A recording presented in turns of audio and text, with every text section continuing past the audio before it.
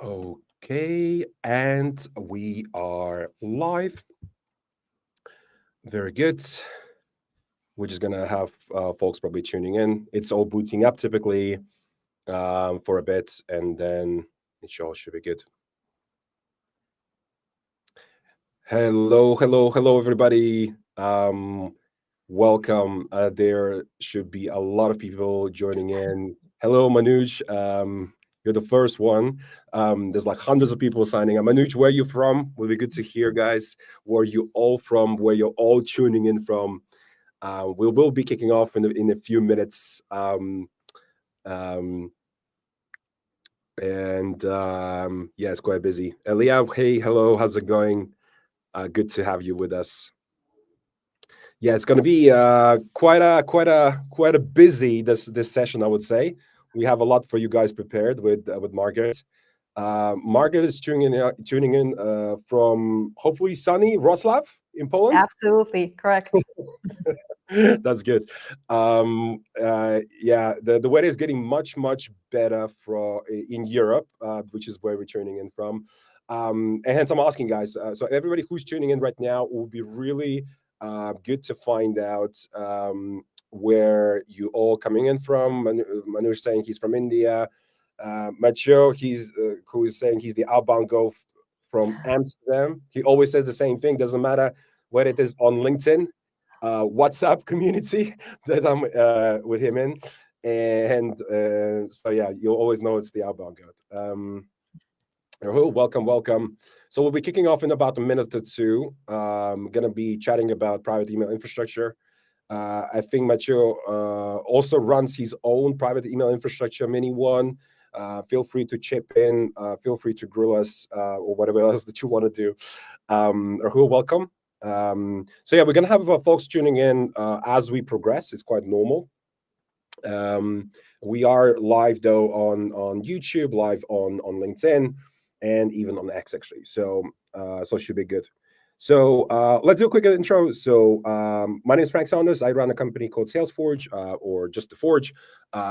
We've been around for about a couple of years. Do gazillions of different products, and one of them is private email infrastructure under the brand name being InfraForge. It's essentially it helps you to set up domains and email accounts in literally a few minutes. Whether you want to do that in the software, via API, etc., and you get a dedicated IP from the get-go. That means it's a clean IP, and you're essentially banking on your own sort of reputation. And yeah, that's what we're up to so far. And there's naturally gazillions of other sort of types of infrastructures out there, but we're just going to focus on this one for a bit. And then we also have a few golden nuggets as well for you prepared on top of what we're actually going to be talking today. So we have a few insights or a few slides as well that we're going to do. Not too many because having way too many slides is sometimes too boring, I would say. So what we will encourage, I'm going to pass on to Margaret in a bit, but what we do encourage guys is as this progresses, please do leave your questions because we'll pick those questions onto the stage, and me and Margaret will do our best to tackle them to our best ability and best technical sort of know-how as well. Yeah, Margaret, over to you. Absolutely. Thanks for that. So, hey everyone, my name is Margaret and I'm a CEO at Woodpecker. So I'm super excited to be here because deliverability is this one thing that keeps me driving. I think there's no other domain that is as interesting as this one. And talking about like private infrastructure, this is basically the gist of it. So I'm super excited to be here. Please challenge us because I think this is the coolest part that you can have on a live session, that you can actually, hear the voice of the other people and answer some tricky questions from time to time.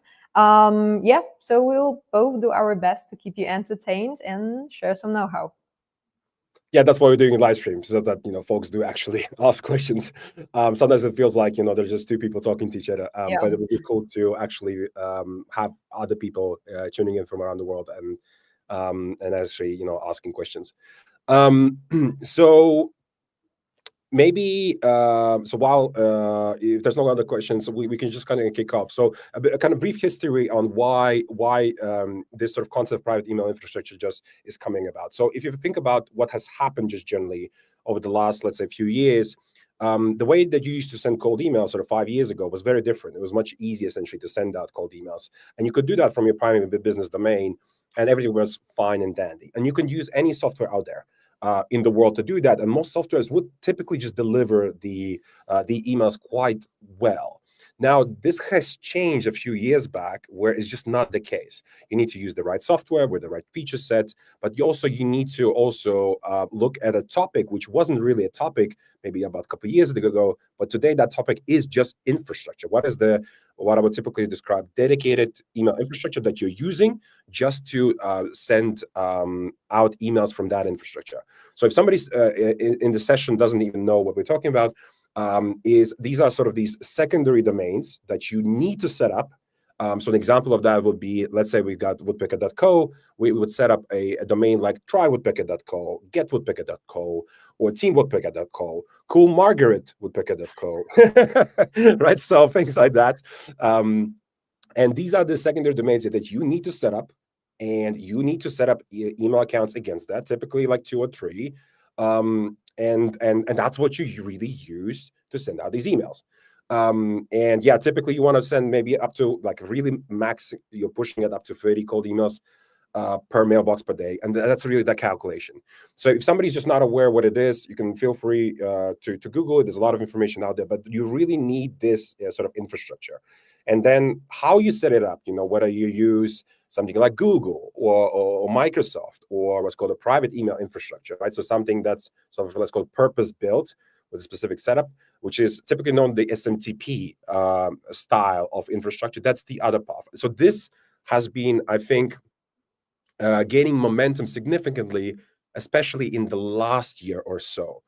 And there's few reasons for that. So as it became naturally more difficult to send out emails, so essentially what happened was Google and Microsoft started to do more policing. It's just harder and harder it becomes to do things when you're setting up sort of Google and Microsoft. But generally speaking, you should just also think about diversifying, right? And the other problem also that folks are having is setting this whole thing up, right? So because you need these domains. So yeah, I bet I missed something, Margaret. What else would you say am I missing here? Sure, absolutely. So one thing I like to think about when I just like try to put in order the whole thing is that emailing is extremely old technology. Like when you look at what's going on out there today, this is not something that we have invented like 2-3 years ago. It's been there for like a while, but it's not evolving in isolation. So every technological growth you see, like AI or LLMs, anything that is purely related to how much technology scales up, that will affect emails. So we need to understand that even though it's an old technology, it is supported and backed with a very modern kind of sensitivity, anti-spam filters, everything grows around that. But also so it may feel more overwhelming now than it was I don't know, in 2015 or 17, when I remember this time when you could send everything from one email account and it was just good to go. But on the other hand, it was never as easy to get infrastructure on scale as it is right now. I remember myself sitting in front of a computer and figuring from where I take DKIM to put it somewhere to make it work, or DMARC was abstract idea for me to find it from somewhere. So it's it is more difficult, but at the same time you have more technology to make it for you. So I like to think about the chances are still pretty even. Of course, you need to be smarter in many ways, but it's not like you're on your own on the battlefield. So just to give you a little bit, let's say, of mental support, that it's doable. So if you feel overwhelmed, you shouldn't. That's something we can cover and basically go through in a way that makes your outbound efficient. Yeah, makes sense. By the way, one question it has nothing to do with this webinar. Margaret, probably a lot of folks are wondering, what does it say actually on here on your t-shirt? Absolutely. Email, not debt. That's what Margaret is known for. If you're not following guys in Margaret on LinkedIn, you should definitely follow her. She has some really cool swag going out there. So yeah, I know this is a bit off topic, but let me know on LinkedIn. I'm more than happy to give you one, because this is the coolest t-shirt I own. So just let me know. Yeah, so let's just bring in just one quick question that I have from the audience. We're gonna keep, generally speaking, majority of the questions till the end, guys. But because it relates just to quickly to what we said, what is the ideal number of emails to send from one email, so email address per day? There's few factors that goes into that, but general rule of thumb is up to 30 cold emails per day.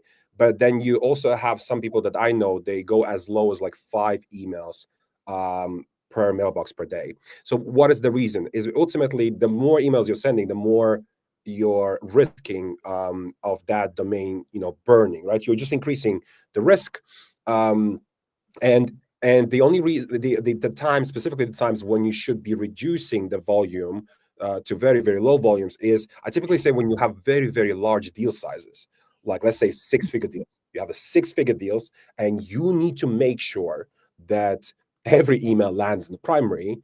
So I have a customer like that. And so what does he do? So first of all, he sends literally about 5 emails a day. And against every domain, he only has one email account, not 2 or 3 typically. And he replaces the whole infrastructure within 3 months, because this is how crazy he is about deliverability.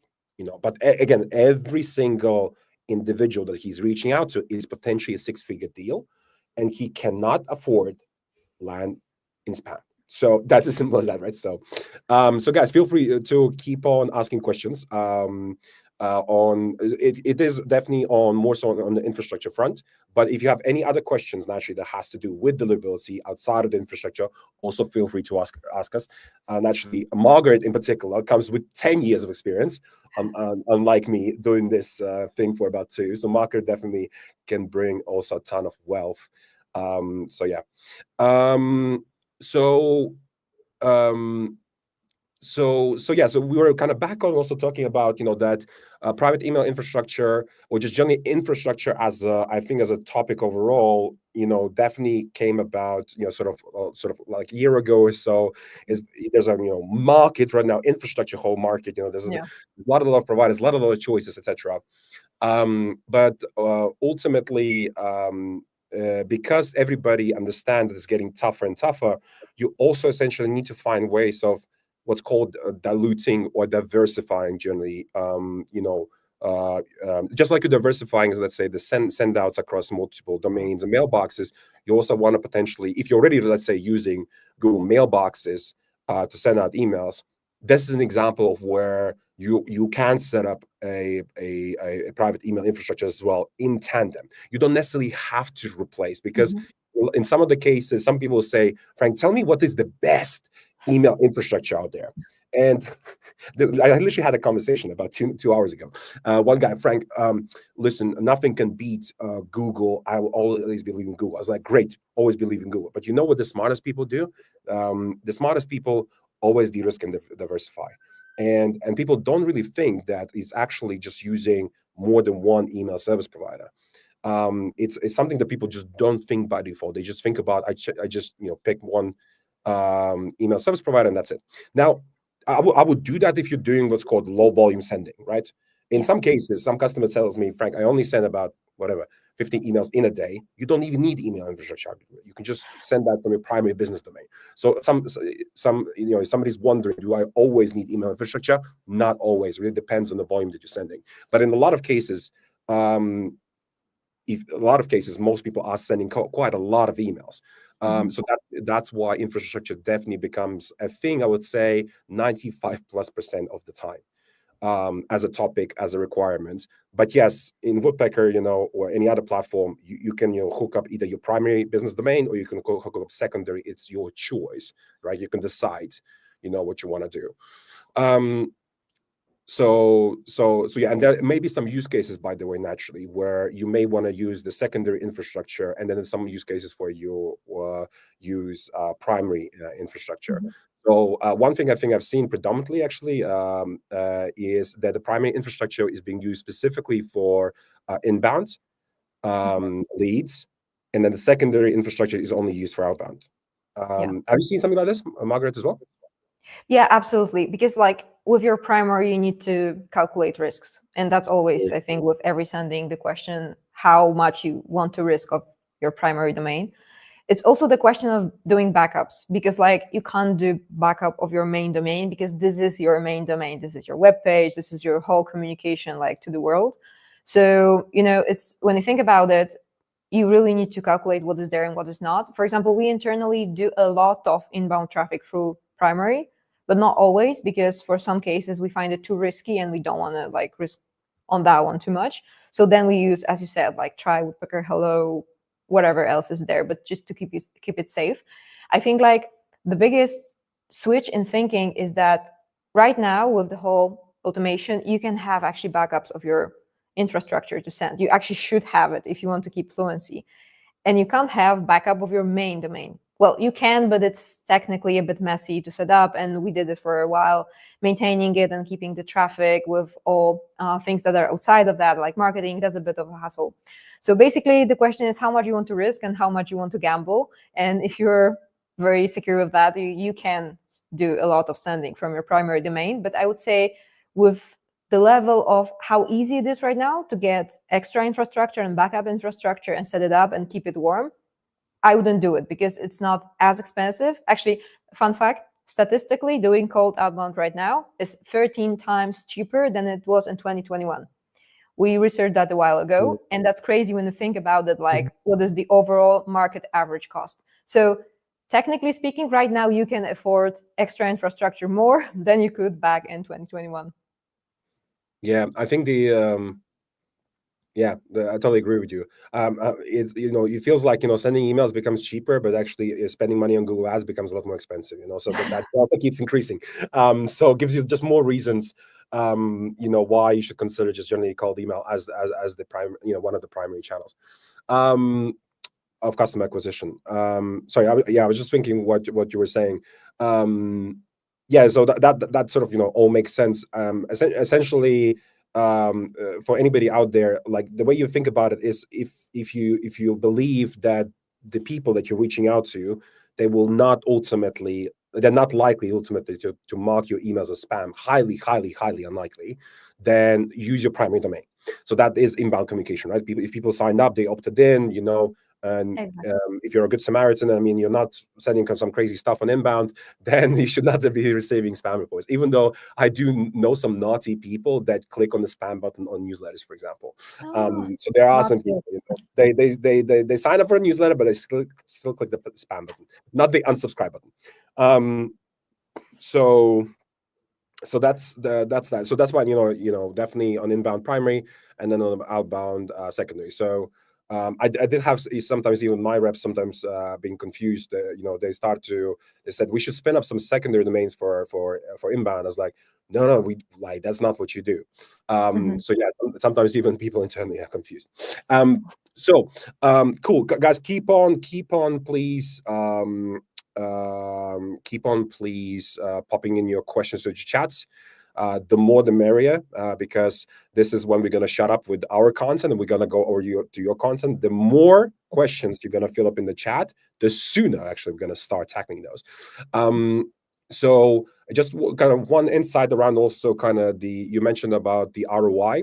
There's still a lot of kind of older stats out there, but essentially for every dollar that you typically invest in email, the return on email is also $36 back. Yeah. That's I think the stat it kind of keeps floating around, and I totally get it because I also spend money on our own email infrastructure and everything, right, to set up and send emails, and then I generate X number of demos, and I can tell you that, and I also spend money on Google Ads, and I can tell you that I can see also the difference in efficiency, and there's nothing. I used to work at Google. There's nothing I can personally do with those ads to make them cheaper. It's just how it is. So I get fewer demos in absolute numbers, and they're more expensive for me. And then I look at my setup, with email infrastructure, and then also with sending more demos and cheaper. Like it's kind of obvious, So this is not to compare, Google Ads, but for me, it's definitely incremental, but. Yeah, for a lot of businesses, it just doesn't work. And also, by the way, naturally, cold email is also very, very difficult to make it work because the dilemma just generally with cold email. So we're just tackling, naturally infrastructure topic. is that it's essentially as difficult as running Google Ads campaigns. So you need to know what you're doing. So let's then maybe dive in a bit into just kind of some insights, guys, or just a few slides that we brought for you. Not too many. Da-da-da-da-da. So first and foremost, so keep your questions, please, guys, coming. I'm just gonna go through a few slides for us. So, so we did say that private infrastructure, where you get dedicated IPs or multiple dedicated IPs, it's a fantastic setup for a business, or even if you're an agency.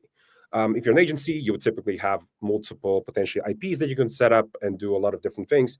But still, my take is that if you have quite a bit of volume that you're sending, you should definitely diversify. So somebody would ask me, what is that bit of volume? But I would say if you already start to send, I don't know, about 1,000, I would say probably is that threshold more so. But if you are sending about 1,000 emails on a daily basis, you definitely want to have at least 2 ESPs. So that is a typical. So when do you need more than one? And there's definitely also cases where sometimes it's like sometimes 500 or so emails a day. Is that about right, Margaret? Or yeah, I totally share the perspective that you just said. Basically, I also think it's important to know more or less how sensitive is your market, because this is the same question kind of like when you ask how many maximum you can send, and that you can say it's 30, of course, but it always depends on what you send and how your targeted group reacts. Because I can easily imagine a situation that you're chasing after extremely difficult market, and having more infrastructure sets, it's safer. So I would say it's absolutely right. Just one, let's say, small star to add is, if you know that your TAM is super difficult, having more is basically giving you more flexibility for the future. Yeah. So maybe somebody did not know what is a ESP. ESP is an email service provider. So this is essentially using something like a private email infrastructure plus, say, Google or Microsoft or something else, right? So and so this essentially setup just generally means the diversification, dilution, and that ultimately means on average better results plus lower burn rates of your infrastructure, right? So that's how you really want to think about it. Here at Salesforce, because we send tens of thousands of emails a day, we have 4 ESPs that we use right now at any given moment. And that just, we want to make sure that it's maximum diversification, right? That's because our volumes are very high, daily volumes, right? So this is what also the largest kind of senders out there in the world do as well. Now, something that is very important on the private email infrastructure to mention, there are gazillions of the private email infrastructure providers in the market. We're one of them. But what is very important to do is that when you work with a vendor out there in the market, that you don't work with the vendor where they use sort of recycled IPs. Because it's very easy to buy an IP, somebody uses it, and then you give that IP to somebody else, etc. You definitely don't want to have IPs with histories, essentially. Sometimes they get burned, they get flagged by some anti-spam softwares, etc. And then your deliverability by default essentially tanks. So at the bottom here, you can see a little what's called placement test, or as like a spam test. And in the bottom, you see that the bottom test, very bottom on March 11th, in there, we had what's called a recycled IP that we identified with a random provider. And then we requested to replace it with what's called a fresh, brand new IP. And then we did the placement test, and bang on. I mean, all the emails did land in the primary. Now, just something to mention, because an IP does not have a dedicated IP, does not have any history whatsoever, you definitely want to be making sure you're warming it up, right? But this was just a test. Everything landed in the primary, happy days. But again, if you are using any of those infrastructures, do make sure that you are doing what's called at least 2 to 3 weeks of a warm-up period, and doing it in what's called a good warm-up pool. There's some not so good warm-up pools. There's some good warm-up pools, but make sure you're doing it in a good warm-up pool. This is kind of just general guidance around. This is just kind of a few points I think that I just want to mention for everybody, and this is where I want Margaret maybe to chip in at the end as well. What else she would add? But point number one: when would infrastructure burn? What are some of the things that comes to my mind, and a lot of people don't really think of? And that's what's called a bit of what's called the strategy and the execution a bit. And it's kind of very simplistic, as in when you set up your campaign or your sequence, a lot of people like to send, like, let's call it 10 emails sometimes. The more the merrier. But people don't get it that when you start sending, with every email that you're sending it to your prospect, you're essentially increasing the probability of receiving a spam report by that individual. So more, sorry, it's actually the second point. So I'll switch it a bit, but I'm going to cover both points. So the more emails sent does not necessarily do good for you. And typically the best really setup for a campaign or a sequence, if you are running a campaign, is really to send about 2 to 3 emails. We do 2. And then also do proper pacing, which is the first point that I'm making. A pacing meaning, what's the interval between the first email, the initial email you send out, and the second email. So this particularly is more important for it's important across all infrastructures, but particularly more important as well for private email infrastructure, because if somebody that doesn't remember at the beginning what I said, a private dedicated IP is essentially, it's your own reputation that you're banking on. And if you're going to do a bad job, meaning you're not religious about joining cold email and following, everything that needs to be followed, essentially in the world of cold email, you will hurt your own IP pretty badly. So that means your strategy, if you have a kick-ass strategy in cold email, you have a great copy, great pacing, great strategy, things will work out for you. But if you're going to be naughty and you just got to do whatever, dedicated IP maybe is not a thing. You shouldn't be using it essentially. There's also a thing what's called using a wrong software to send out emails.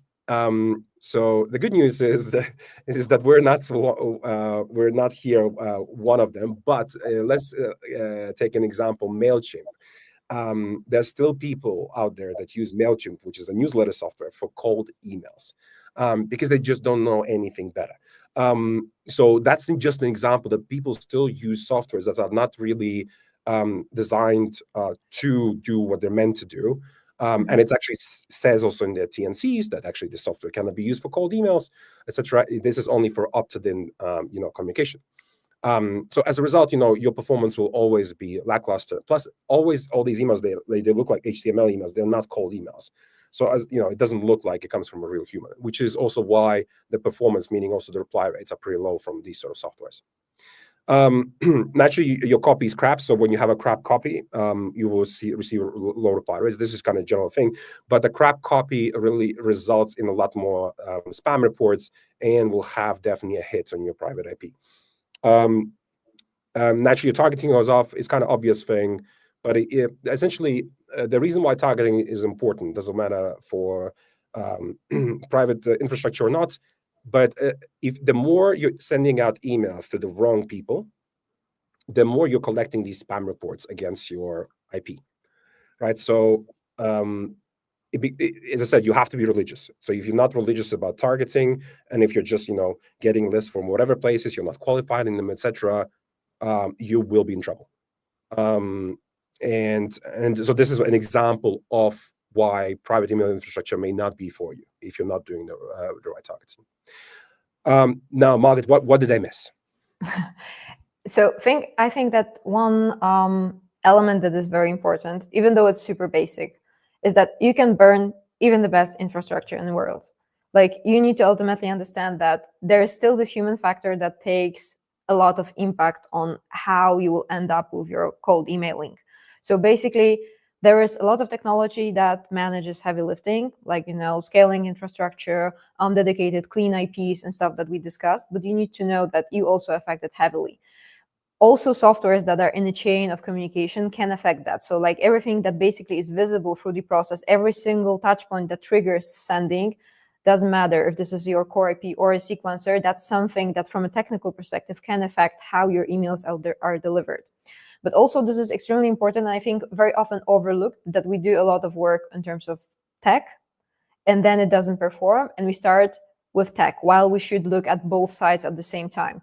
Because, like, as you said, with crappy copy or something that is basically not converting, the fact that you're delivering, if your targeted group is not responsive to your message, it doesn't change anything. So this is, fortunately and unfortunately, more complex subject matter. So you need to look at both sides and think, what is your real problem? Because, like, if your problem is that you get your messages delivered, but you don't see any replies, but you're sure that your deliverability is healthy, meaning you don't get nasty bounces, your bounce rate is in proper place and stuff like this, probably this is your value proposition, you're segmenting your ICP.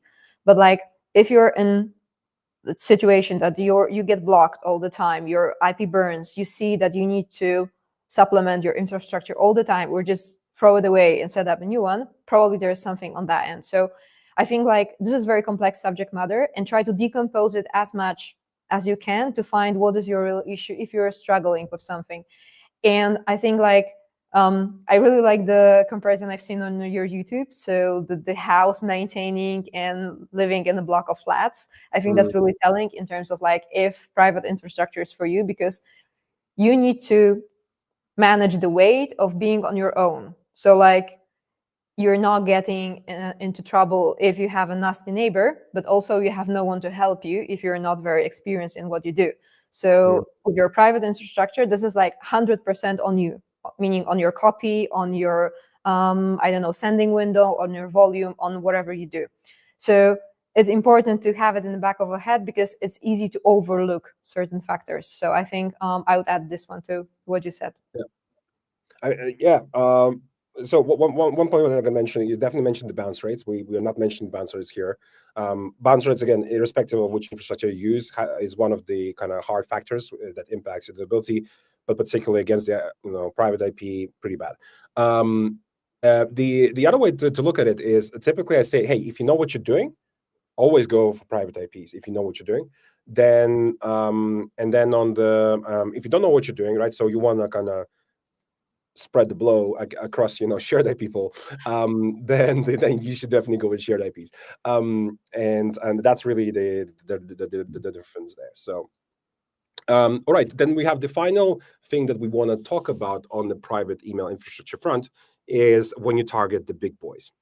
So big boys, Fortune 500 companies, or just generally enterprise companies, essentially any companies where there's a high email security policies in place, cybersec, government, you name it. There's a lot of industries where the bad actors are trying to penetrate them, and they have everything on their end, anti-spam softwares, whatever, gazillions of defenses, and so on and so forth. So multiple softwares to protect their employees. And one of the ways that these companies get penetrated is typically through cold email, actually. They will send some ransomware, whatever, mask themselves, and they will penetrate these environments of these companies. And that's how it's done. So, and then naturally, you're trying just to deliver your email, trying to sell something. The thing is that if you are actually using dedicated IPs, and when, let's say there are a few anti-spam softwares, so maybe let's look at one. So if you would type into a tool called mxtoolbox.com, it's a third-party tool which allows you to check kind of various sort of records of the DNS records, for example, or like a blacklist of a particular domain. And what you can see is that they use a anti-spam software called Proofpoint. Now, when an email gets delivered, say to Salesforce or any other Proofpoint customers, they will check naturally things like, what is the copy? Was there any prior communication in the past with that company? Is there any history on that domain IP across Proofpoint's network, for example? Is there any recent activity across Proofpoint's network? Meaning, did this IP or did this domain send emails to other businesses, so meaning other Fortune 500 companies? Because guess what? Behind the scenes, they share data for to protect the whole network. And if you're sending exactly the same, for example, copy to these companies from the same IP, then guess what? Proofpoint is very smart and it will get rid of you. So very smart, very, very well. Essentially, you will get fully blocked. And typically what would happen in any software, doesn't matter Woodpecker, etc., you'll start seeing bounce rate going through the roof.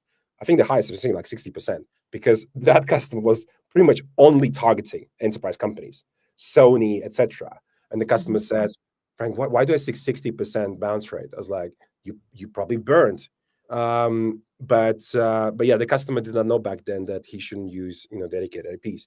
But essentially, don't use dedicated IPs. The only solution to going into that environment is a shared IP pool, essentially Google, Microsoft.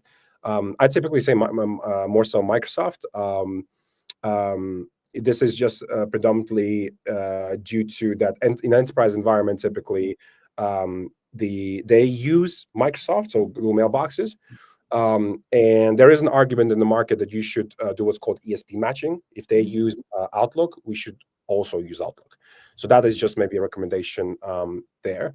But either of the two should work. And again, typical recommendation is do both, essentially dilute across, say, Google, Microsoft as an example, right? And then deliver. So this is really where it's a definite no for private email infrastructure. So yeah. Cool. Now we've done with the part of kind of discussing private infrastructure. The little golden nuggets, the guys that we have prepared for you for a bit before we're gonna finish with our presentation, is just looking at kind of which domains you should generally just buy. So first and foremost, typically in the market, there's some domains which look like super cheap, super cool, etc. But really, if you're looking to have great availability, then you just buy .com domains. Not because they're intrinsically sort of technically more superior or anything. It's because the internet has been built on .com as a TLD. And so this is essentially psychologically, when you receive an email from a .com domain, users are just less suspicious and less likely to report it as spam. And then these are the second best, like .co, .net, .org-site, etc., .io. And then anything else, typically there are some sort of issues. And then the worst domain that I never recommend buying is the worst TLD that I never recommend buying is XYZ. XYZ is actually blacklisted in a few places in full. And so that also means never create a business with .xyz as well. So this is just on the domains. And this is just to give you some actual raw data that we just took from our infrastructure, just to kind of prove the point that 93% of all the purchases are .com purchases in our environment. After .com, what we're seeing is we have .nets, .co's, .orgs, .co.uk. So you start seeing what's called localization a lot more. Localization is great. So let's say if you're in the European markets, you definitely want to be buying local TLDs. The argument is that local TLDs, in theory, should definitely drive better performance, but we're going to see that in the next slide or so. Then when it comes to mailboxes on average, you can see that nobody across our user base is actually buying more than 5 mailboxes. And everybody, more than half are buying 2 mailboxes. And this is just kind of general recommendation for everybody that 2 is typically the recommendation. 3 mailboxes if you're just slightly budget conscious, essentially. And if you have 6-figure deals, it looks like 10% or so. Like essentially large deals or whatever other use case is there, that's 10%. Now, what is the performance by TLDs in sort of last 30 days?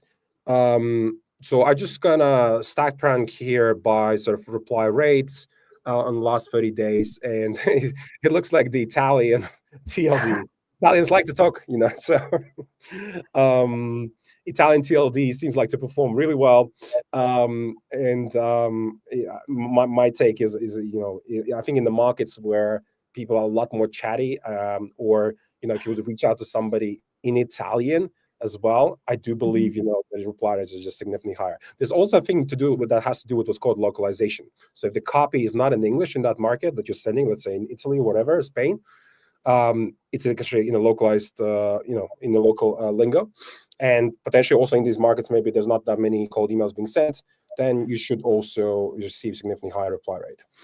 One to me insight is for sure, which is the DE one. The Germans love to unsubscribe typically, so quite aggressively. So, and then in the where it says 0, there's just not enough data actually. By the way, if somebody's wondering, and this is the data for .coms.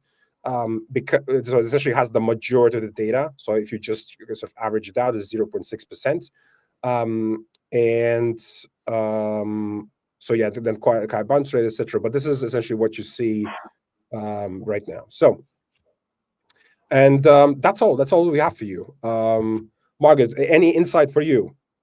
Sure, I can share one thought because we did research in terms of how language correlates with open rates and reply rates, and obviously, like English in terms of language is in terms of market share the biggest one. But you have a significant growth of reply rates if you use national language other than English for your outbound. So it means that if you can anyhow localize and you're chasing after other markets than US or UK, that will by default, with no increase in terms of copy quality itself, give you better results just because of the language, because it's less saturated. And second of all, majority of automations that are out there for anti-spam filters, like majority of LLMs overall, do translation from local language to English and then operate on English and then translate it back.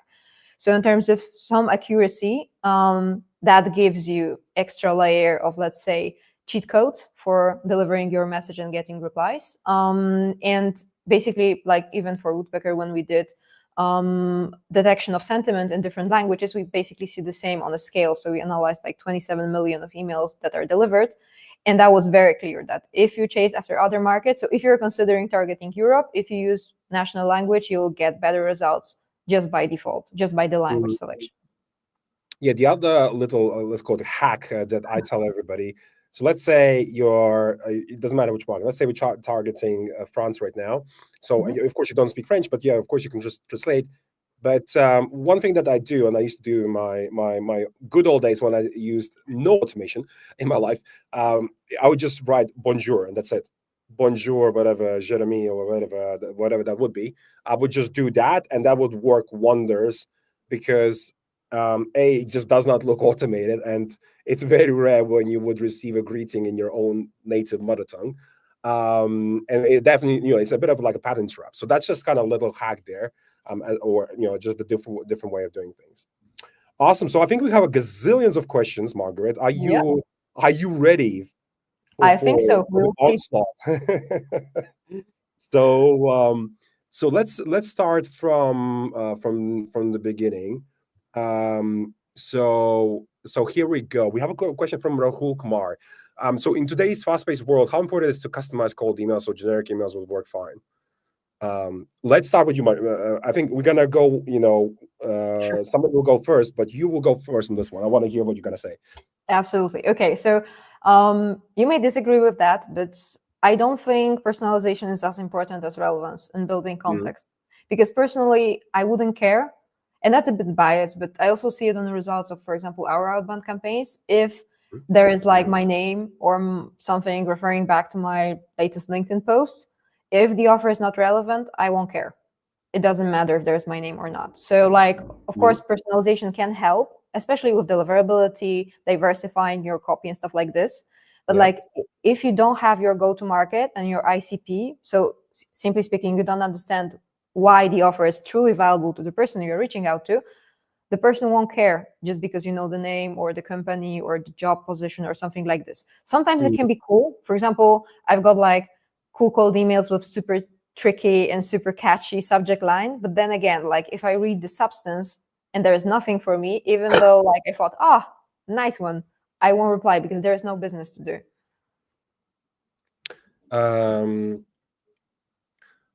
That makes sense. So I mean, if you have great targeting and a great copy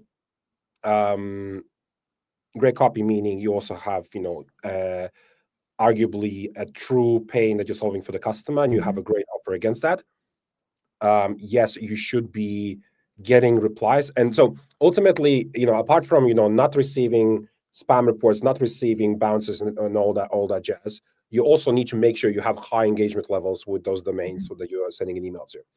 And if it's a template, yes, it can work fine. But what I do see is, so, and I agree with you, Margaret, but still majority of the folks do fail on that part.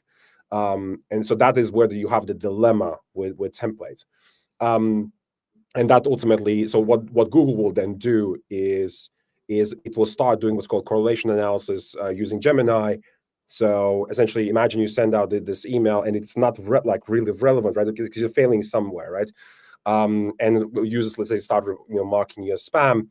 Then it will. So the more you essentially being marked as spam, then Google will start looking at the content of the email. And if it's exactly the same content coming from that domain, then your landing is spam purely due to content, not due to anything, not your domain, nothing.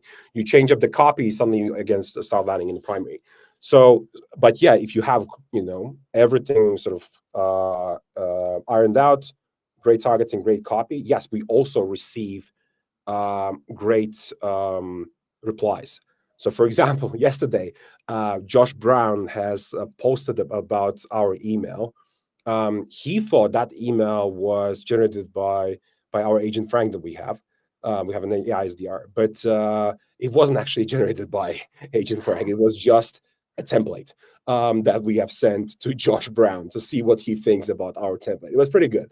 So yeah, if somebody's wondering, you can just go to Josh Brown. So Josh Brown is one of the biggest influencers in sales for like over a decade or something. So it was quite funny to see him having picked it up. So my take is it kind of depends. So like in our case, we do some parts of it AI, some parts of it that doesn't have to be AI. And the reason why it doesn't have to be AI is because I know this audience so well, and I know everything about this audience, and it's great. And then I know exactly the copy that will work. And I would just do a split test. Maybe I'll do an A/B test or ABC test, right? And that's all I need. You don't need actually AI in that particular case.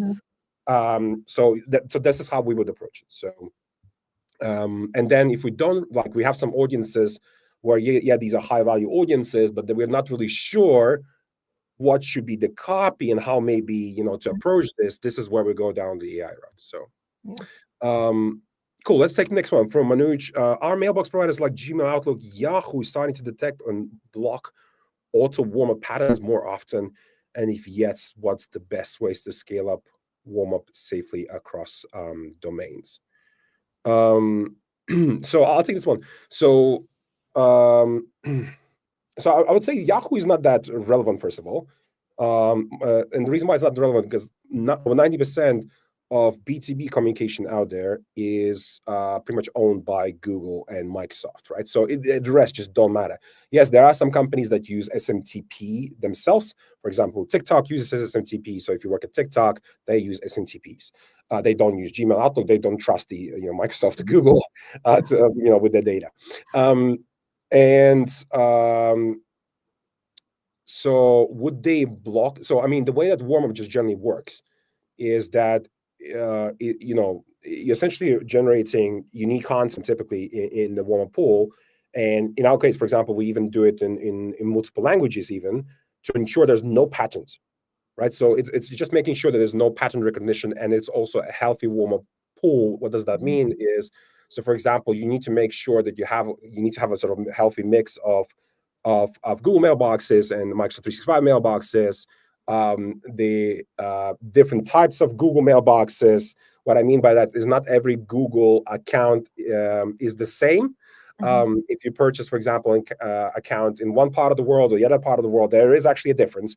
And so it needs to be what's called a healthy and diversified pool of mailboxes in there, and a lot of that, or predominantly of that, needs to be also Gmail and Outlook, because you need the sort of the interaction there.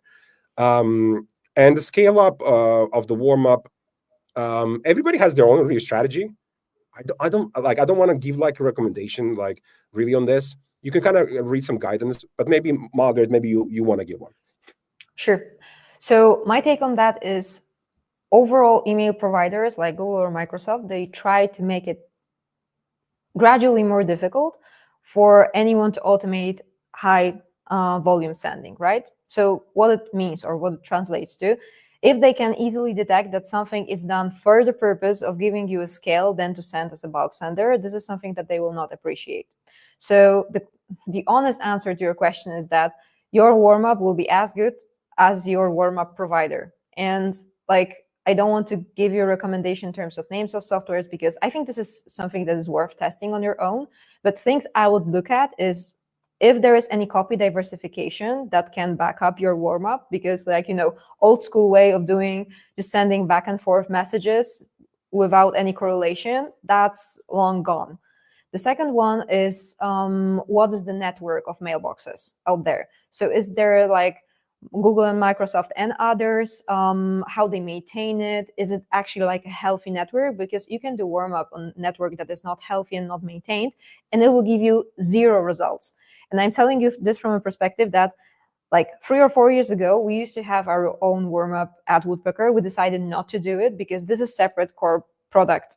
So like you need to maintain it to the level that it actually gives you results. So we decided to like work with external partners. So it's not so obvious that every warm-up will work for you. And if you're looking for a provider, try to basically tick those boxes. So like diversification of content, probably backed up with some AI or other type of system, and then diversification of the pool, and basically healthy infrastructure. So like 1 million or 10 million of mailboxes weigh nothing if those mailboxes are not maintained properly for the network. Yeah, there's a sort of follow-up question, but just from somebody else. Can't sort of Google Microsoft identify these pools, but really I think the first question, which is what I tackle, so there's a definite question: is warm-up actually beneficial? And I can definitely tell you that Google hates a warm-up, first of all, and so there's definitely a lot of evidence on that. And then the other thing is like you can definitely run a test yourself and run essentially campaigns without warm-up, and then with warm-up, and you will feel the difference. And then on a large scale, a lot of providers essentially that do warm-up, they would love to shut down the warm-up part, especially because they provide it for free, because it costs a lot of money to run that warm-up. There are very good reasons why the warm-up is a thing. The only reason why you don't need warm-up is because you have a super high engagement rate. Warm-up is really there to boost your engagement rates and mimic real human behavior. But if the engagement rate is through the roof, you don't need warm-up. I think this is where maybe there's a confusion in the market sometimes. All right, so let's move on. We have a lot of questions and not enough time. From Josh, how have cold email response rates changed compared to 4 years ago with inbox volumes at historic highs? How is this affecting user behavior and efficiency? Over to you, Margaret. You can Sure. this one. So overall, inboxes get more and more crowded. So if you compare like from a perspective of 4 years, the response rates gradually will decline in terms of like, we do this metric, how many emails you need to send to get one reply average. So we see that basically it's a bit more difficult now than it was 4 years ago. But I'm saying this not in like black and white type of communication, because it's more crowded. Also, if you know how to do it right, you will stand out. And I think right now it's easier to stand out than it was in the past because you have more technology to back you up. So even simple personalization or context building, like back 4 years ago or 5 years ago, you had to do like half of the job manually. So, it's like, it's a two-way perspective looking at it. Definitely what is true is that if you right now send from like one mailbox volumes like 100 emails a day, you will see no replies. While it was not the case a couple of years ago. You could send high volumes and for a period of time, you will see some replies. Right now, I would say it's just suicide mission, and like spraying and praying is, first of all, not a strategy, and second of all, it's not something that could work effectively on scale right now. Yeah, makes sense. I have nothing to add. Let's go to the next one. I think the next one, I think it was about what you mentioned about it's 13 times cheaper. What do you mean by that? Absolutely. So what we did a calculation for like, what is the cost if you want to reach out to 10K prospects? And the main switch in terms of pricing is that back a few years ago, majority of providers were charging for sending unit. Right now, it's not the case because of the need to diversify through the different mailboxes and domains. So basically, the price is more calculated in terms of usage-based pricings for, I would say, majority of softwares that are around our niche.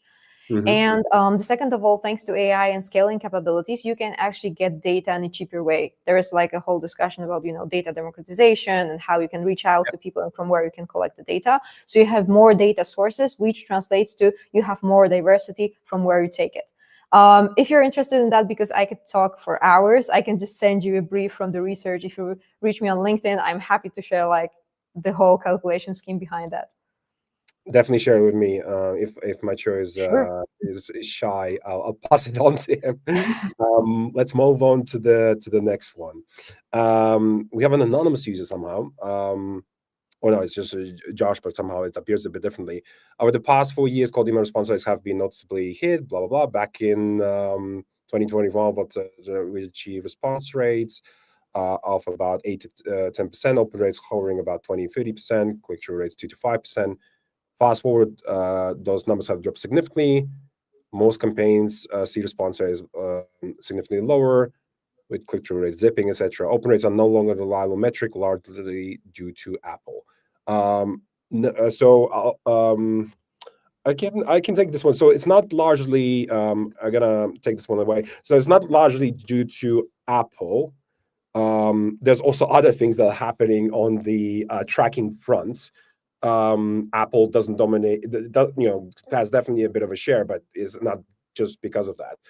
Essentially, open tracking is just a flawed metric, and in the first place, you should not look at open tracking at all, and secondly, you should not track opens at all.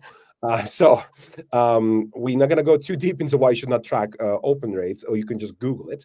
But what you should track is typically what I would say reply rates, bounce rates, opt-out rates. That's what you can track, and you can optimize based on that pretty well instead of looking at something like open rates. So yes, things did get harder than back in the days, but that's because the rules of the games have changed. And then my question that I could punt back to Josh would be: did you change your setup and strategy against the new rules of the game? And that's it. So if there was no change from that period of time to this period of time and how you do things, then of course things have dipped, and that's pretty much the answer.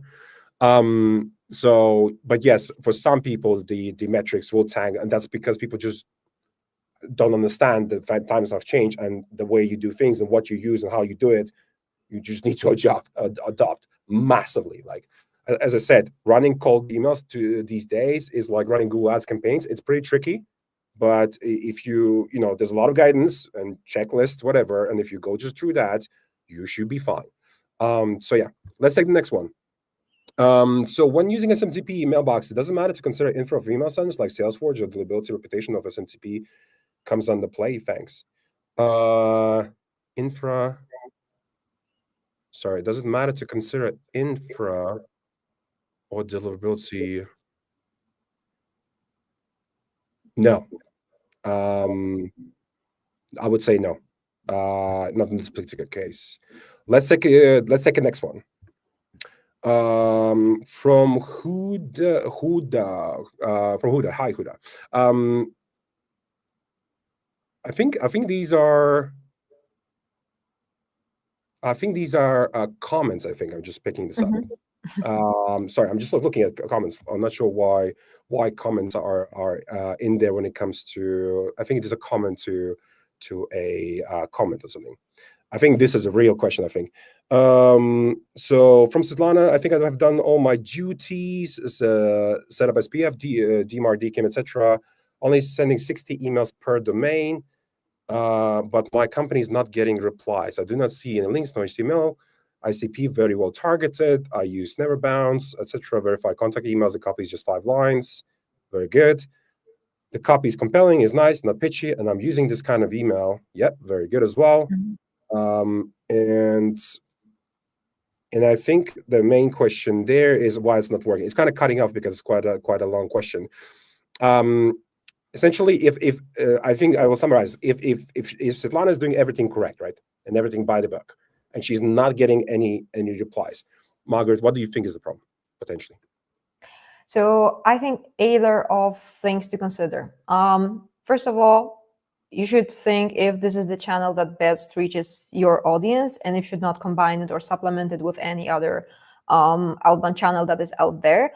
Plus, maybe your targeted group is extremely sensitive in terms of branding, because I see it from time to time that people, for example, for B2B partnerships, your brand matters a lot in terms of how easily you can gain people that associate with your brand. So maybe there is a problem in terms of like broader picture in terms of marketing, because marketing can vastly support your cold outbound. Also, like I think from my perspective, but this is subjective, maybe you're reaching out to the group that is extremely responsive to a personal touch. And then if you're sending from email that is not personalized in terms of like, for example, I sent my outbound from Margaret at Try Woodpecker or Margaret at Get Woodpecker, whatever, this, but including my name and redirecting directly to me as a human being, maybe people don't feel it personal enough to get engaged into the process. Or the other one that I would bet on is either in terms of CTA or value proposition. I know that you said it's well targeted, and this is like one part of the question. And the other one will be like, is your value proposition and your CTA clear enough and easy enough? Because simple example, like if you're reaching out to, I don't know, developers, like dev teams, and then you're asking for a call, that will be very difficult to engage them, because usually they need more value or more definition, like what is the call about, what is there for them, is it worth engaging in the topic and stuff like this. So I would say there are a few things that you may consider. Usually I would bet on easiness of CTA, so how easy it is for the person to agree to what you're offering, or the value proposition formulation, because you may have your ICP properly set up, but yet the value proposition may be too difficult or too complex for them to resonate and to spend time for getting you proper yes, or at least engaging in a future communication. Yeah, that was great. Great answer there. Yeah, I don't think I have on this one anything else to particularly add. So I'm just seeing we're coming up on time, so we need to wrap, even though there are quite a few questions. Now this is where we would say, Margaret, how people can find you if they want to ask you a few more questions, where people can find you best. Absolutely. Please feel free to add me on LinkedIn, Margaret Sikora, so I will be more than happy to chat. Margaret, that's great. Very easy to find her, by the way. Ask her for merch and all that stuff, maybe as well. And yeah, same for me, guys. Frank Sanders on LinkedIn. You can see the guy with the bacon emoji. Appreciate everybody joining in today. If there's anything that pops to mind, guys, or you have a very specific question, just feel free to ask. I don't think we are, strangers or anything generally on LinkedIn. And otherwise, see you around, guys. Bye-bye.